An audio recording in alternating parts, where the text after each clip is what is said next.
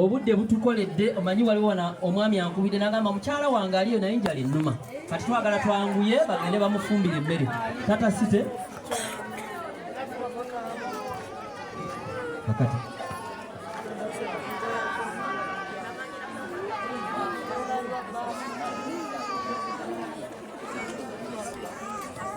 kale kakati tugenda na kutandika na kitiibwa kya Buganda na luyimba lwa ggwanga lwe lusooka munansonyiwa luyimba lwa ggwanga lwe lusooka then tuzaako ekitiibwa kyaki then tufune omusabi omulungi ajatuwa eki then tuleete chairman w'ekyalo kino atwanirize agulewo omukolo gutandike okukola ki okwajja ndowooza omukolo oguna chairman wamala osooke mpiteko pulezidenti ajayogereko eri abantu be katono ajayiteka ayogereko eri abantu be katono kale tumaze okukakana ndowooza bwe tutandika tuwulizaganye tukole ki kano nkaddamu bw'oba wawandiika ewa tata Siteera gwe oli ku muzuuli bw'oba wawandiika nga mugaya kamwa koogera nze nakuwandiika oli ku muzuuli naye oba tolina kaki kakuponi gw'oli waki then atali mu ebyo oba ze kutulabako tetugaana kuba ffe twaniriza wano mu Buganda twaniriza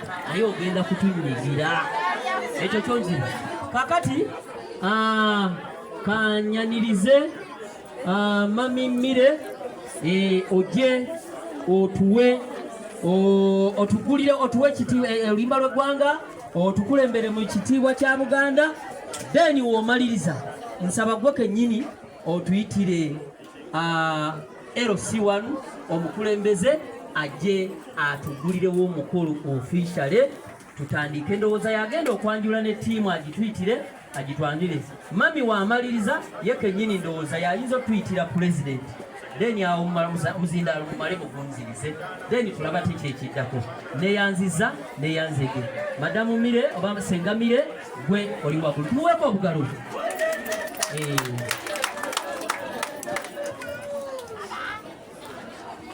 tumweyanziza banange tusirike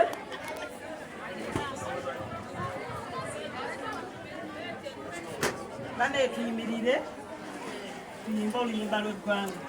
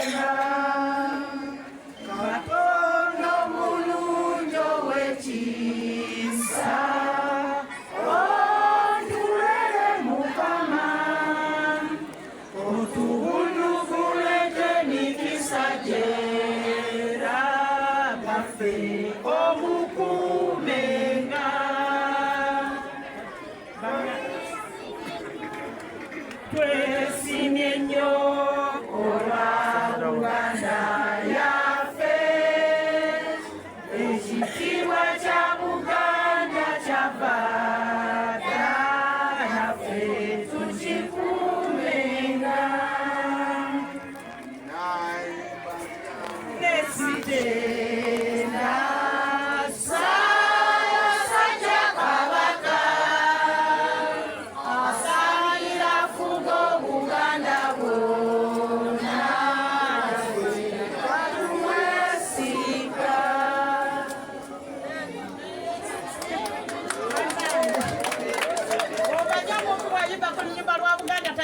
tulekera naye bangambye okusaba n'okuyita kyeyapasoni.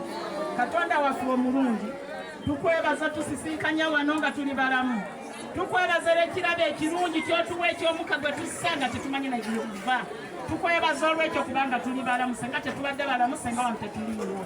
Tukwebaza olw'omwana waffe Pito tukuŋŋaanya mu kifo kino pulezidenti ayeesimbyewo. Tusaba omuwa omukisa, tusaba omufukirira omukisa, omuwa amagezi agasinga obulungi watusakirenga kuba bino si bye bisoose, omwana afaayo ku kitundu kye. Twebaza olw'abantu bonna abali wano, twebaza olw'abakulembeze baffe bano aba gavumenti eya wakati, aba RCs okubeera nti bali masekati gaffe. Tukwebaza olw'ekyo.